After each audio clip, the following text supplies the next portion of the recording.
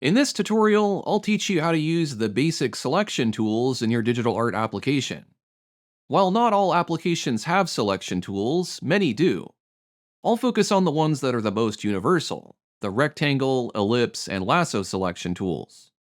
First, I'll show you the rectangle selection tool. I'll demonstrate with the transform tool template. Let's use the transform or move tool to select the black ball layer and drag it on top of the red ball. Next, I'll use the rectangle selection tool to create a selection in the center of my black ball layer.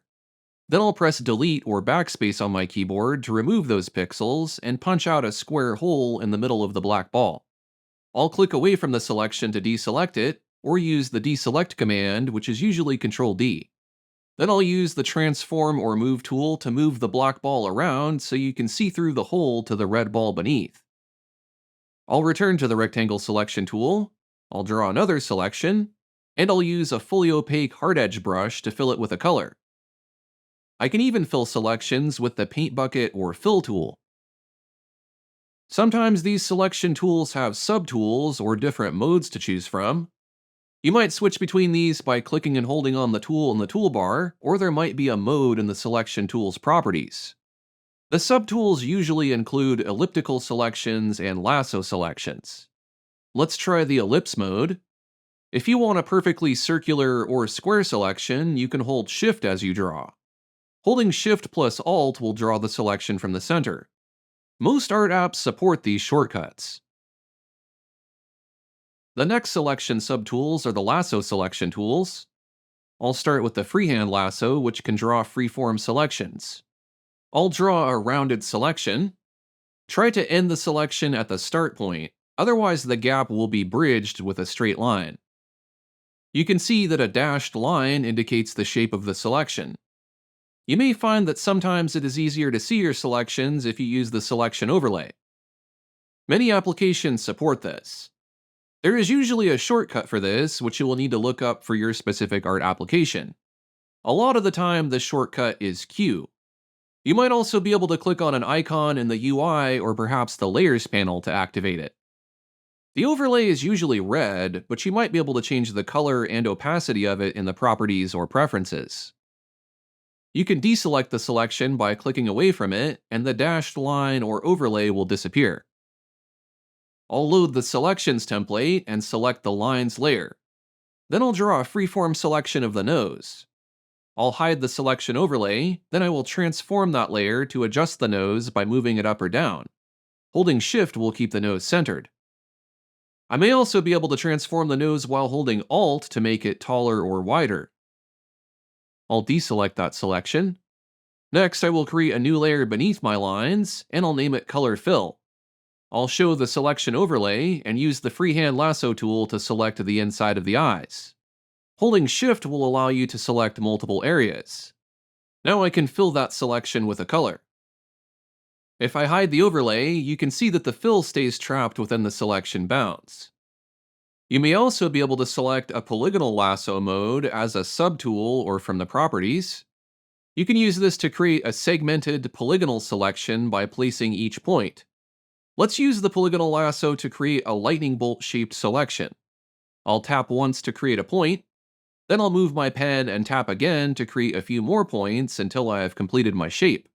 To close the selection, hover over the start point and then click once you see the icon change. You might also be able to press Enter to close the selection and bridge the gap with a straight line.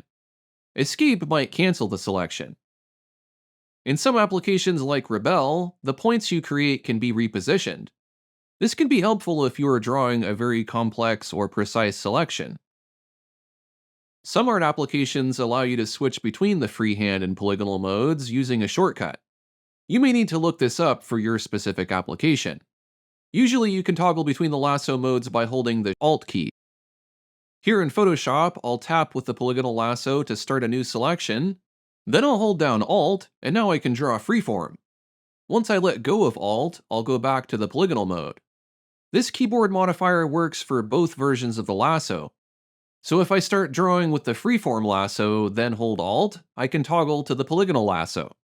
This can be helpful if you're drawing a long, complex selection and you need to pick your pen up to take a rest without closing the selection. You may also be able to add to and subtract from selections using any of these selection tools. Usually, you can enable the Add to Selection mode by holding Shift, or you can click on it in the Properties.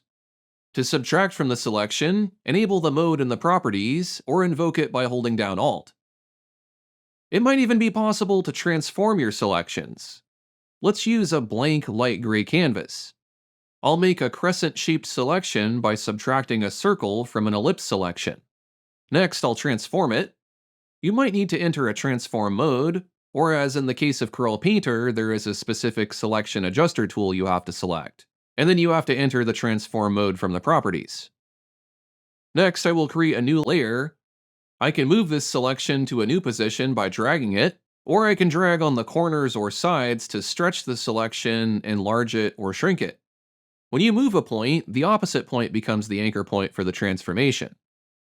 To learn the basics of transformation, see my reference video. Holding Shift while scaling will lock the aspect ratio. This will keep the selection from stretching or squashing. Holding Shift plus Alt will apply the transformation from the center of the selection while locking the aspect ratio. And holding Alt on its own will apply the transformation from the center while stretching the selection. By hovering just beyond the corners, you can even rotate the selection. Holding Shift may even snap the transformation to specific angle increments. I'll draw a rectangular selection and use the modifiers of Shift to lock the aspect ratio and Alt to transform it from the center. This makes it possible to widen the selection or contract it inward. You can use this technique to create borders. I'll make an ellipse selection, fill it with a color, make another selection that partially overlaps the fill, then transform it to move the selection away. Here in Rebel, if the selection covers pixels on a layer, both the selection and what's inside of it will be transformed together. If I select the Selection tool instead, when I move the selection, the overlapped pixels stay put. Your art application may have one or both of these functions as well. Your application might be able to save and load selections for reuse in multiple creations. You might have a command for that in the menu bar, or it might be found in a dedicated selection library panel. I'll make a starburst selection and save it here in Rebel using the Edit menu. Now I can open a different composition and load that selection for use in this artwork. Here in Corel Painter, I have a small collection of default selection shapes to choose from, and I can add my own here as well.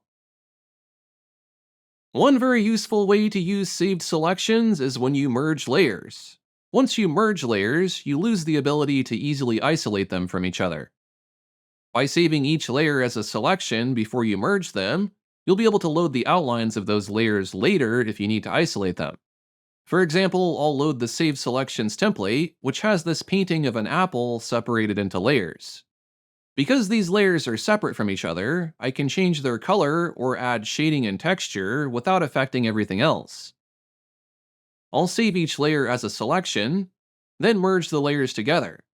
Now I can no longer isolate the stem or the apple shape. Anything I paint on this merged layer will cover the apple and the background. But if I load the selection of the stem, I can now only paint on the stem. If I load the apple selection, I can paint on that. It's not as good as still having the layers separate because I can only paint in the selection, not blend or transform, but it's still very useful for changing color, shading, and adding texture. Because selections are a predefined static shape, it's important to note that if I were to distort the stem or blend the edges, my selections would no longer align. So wait to merge layers until you think you're done making major changes to the outlines of your objects.